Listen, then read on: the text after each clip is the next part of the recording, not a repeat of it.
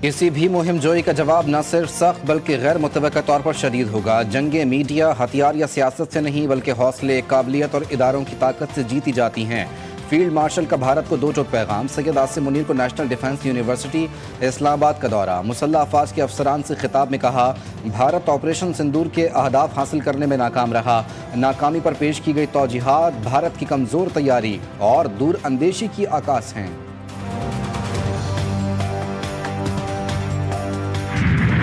वज़ीर आज़म शहबाज शरीफ से इत्तसलात ग्रुप के वफ़द की मुलाकात। वज़ीर आज़म की इत्तसलात ग्रुप को मईशत के मुख्तलिफ शोबों में मज़ीद सरमायाकारी की पेशकश। कहा, हुकूमत सरमायाकारी के लिए तमाम सहूलियात फराहम करेगी। अमाराती कंपनियाँ पाकिस्तानी मईशत में अरसा दराज से सरमायाकारी कर रही हैं। वज़ीर आला पंजाब मरियम नवाज़ के बेटे जुनैद सफदर का चालान। ज़राए के मुताबिक जौहर टाउन के इलाके में ट्रैफिक वार्डन ने मरियम नवाज़ के बेटे का चालान किया। जुनैद सफदर का चालान नए ट्रैफिक रूल्स की खिलाफ वर्जी पर किया गया।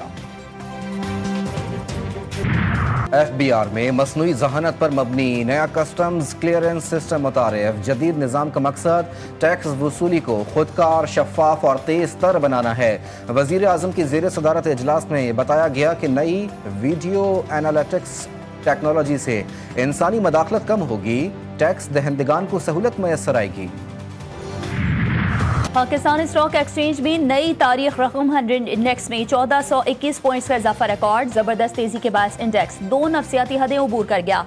कारोबार के अख्ताम पर इंडेक्स तारीख की नई बुलंद तरीन सतह 1,33,370 पॉइंट्स की सतह पर बंद हुआ।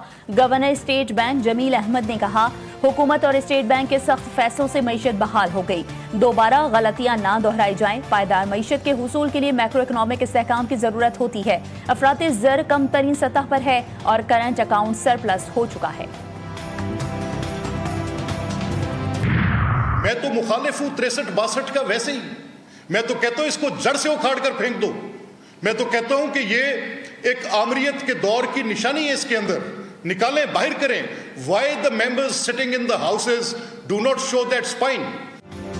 मैं आइन की दफ़ा 62-63 का मुखालिफ हूँ, चाहे तो इन्हें निकाल बाहर फेंकें। ये दफ़ात आमरीत की निशानी है। स्पीकर पंजाब असम्बली मलिक अहमद खान की न्यूज़ कॉन्फ्रेंस। कहते हैं 22 साल में किसी वज़ीर ख़जाना की तकरीर मुकम्मल नहीं होने दी गई। बजट किताबें फाड़ने और हंगामा राई रिवायत बन चुकी है। पार्लियामेंट मुर्दा खाना नहीं, लेकिन एहतजाज की भी हदूद होती है। बतौर स्पीकर अपोजिशन और हुकूमती दोनों बेंचों का ख्याल रखना मेरा फ़र्ज़ है।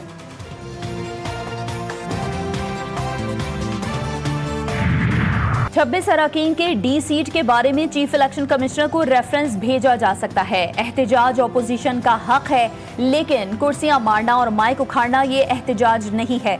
वजीर कानून आजम नज़ीर तारड़ ने कहा, स्पीकर के इख्तियारात लामहदूद हैं। वो हाउस के सरबराह हैं, उनके पास इख्तियारात वही हैं जो घर के बड़े के पास हैं। खैबर पख्तूनख्वा में तहरीक इंसाफ के लिए एक और मुश्किल। सेनेट इलेक्शन में PTI की 3 से 4 नशिस्तें हाथ से जाने का इम्कान। KP से सेनेट की नशिस्तों में 7 जनरल, 2 टेक्नोक्रेट्स और 2 खवातीन की फार्मूले के मुताबिक 145 के ऐवान से जनरल नशिस्त पर 19 वोट दरकार होंगे।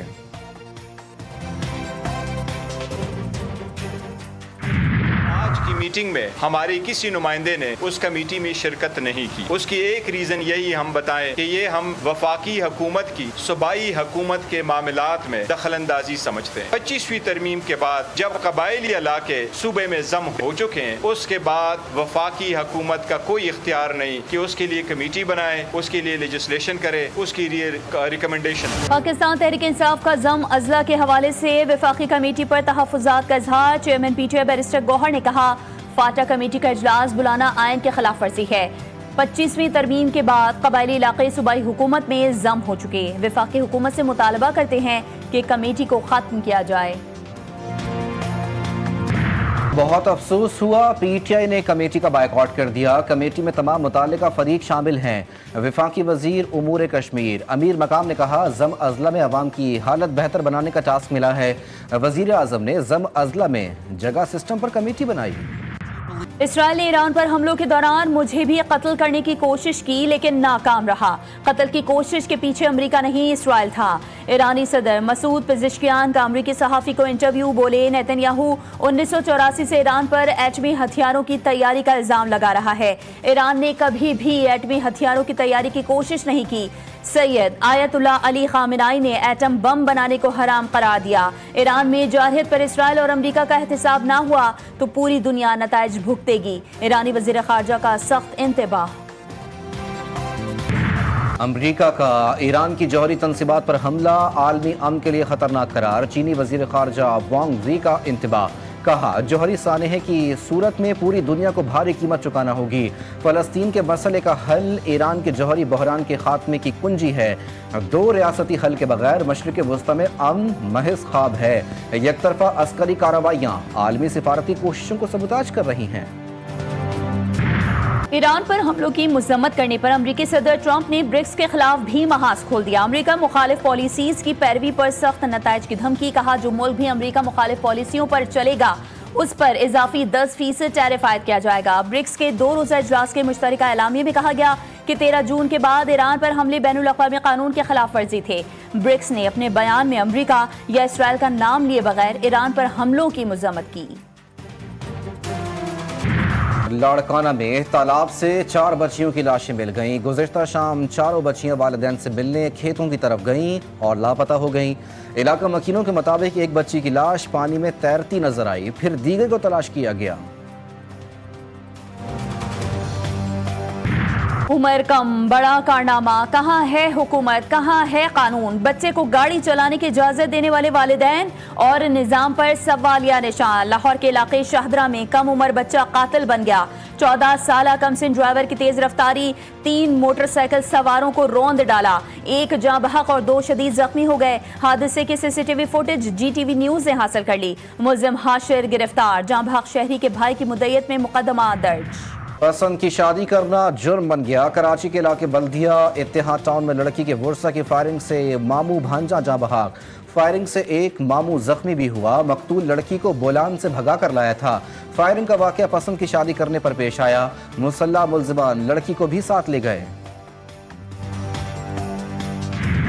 कराची के इलाके कोरंगी में दिन दिहाड़े 10 लाख रुपए की डकैती। मुल्जिमान ने खातून और मर्द से 10 लाख रुपए लूट लिए।